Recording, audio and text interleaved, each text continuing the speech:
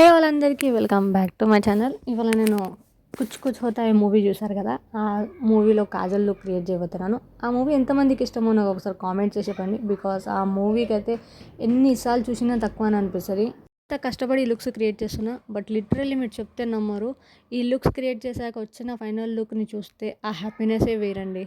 Because నాకు makeup అంటే చిన్నప్పటి నుంచి చాలా పిచ్చి. బట్ నార్మల్గా మేకప్ చేసుకుంటే ఇది పిచ్చిదా అని అనుకుంటారు. అందుకనే ఇలా ఇంకా హీరోయిన్స్ లుక్ ఎందుకు రీక్రియేట్ చేయొద్దు అనేసి లుక్ క్రియేట్ చేయడం స్టార్ట్ చేశాను. బట్ దీని అవుట్పుట్ వచ్చాక మాత్రం హ్యాపీనెస్ నెక్స్ట్ లెవెల్ అనిపించింది నా ఫేస్లో. సో ఫైనల్లీ చూసారు కదా, ఇంకా ఇలా నార్మల్గా టచ్అప్ చేసేసి, బికాస్ కాజల్కి అంత మేకప్ హెవీగా లేదు, సో లైట్గా మేకప్ చేశాను. కాజల్ అండ్ మస్కారా పెట్టాను.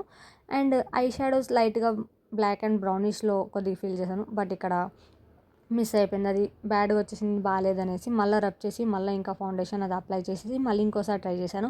సో ఇక్కడ లైట్గా మనకు స్మోకీ షైస్ లెక్క కావాల్సింది ఉండే, బట్ ట్రై చేశాను, ఓకే వచ్చేసింది అనేసి ఇంకా నేను కంప్లీట్గా పెట్టేసి ఇక్కడ నేను ఇన్నర్ కార్నర్లో కొద్దిగా సిల్వర్ షేడ్తో హైలైట్ చేశాను. హైలైట్ చేశాక చూసారు కదా ఎంత అవసరంగా ఉందో.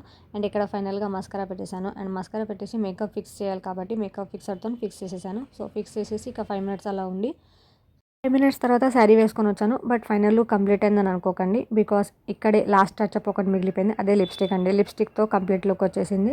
అండ్ ఇది నా కంప్లీట్ లుక్. అండ్ ఇంపార్టెంట్ ఇంకొకటి చెప్పడం మర్చిపోయానండి, నా బ్యాక్గ్రౌండ్లో వచ్చే వాయిస్ని కాస్త ఇగ్నోర్ చేయండి. ఈ లుక్ మీకు ఎలా నచ్చిందో నాకు కామెంట్ సెక్షన్లో మెన్షన్ చేయండి. అండ్ ఈ మూవీని ఎంతమంది చూసి ఎంజాయ్ చేశారో అది మెన్షన్ చేయండి. And thank you for watching. Love you all.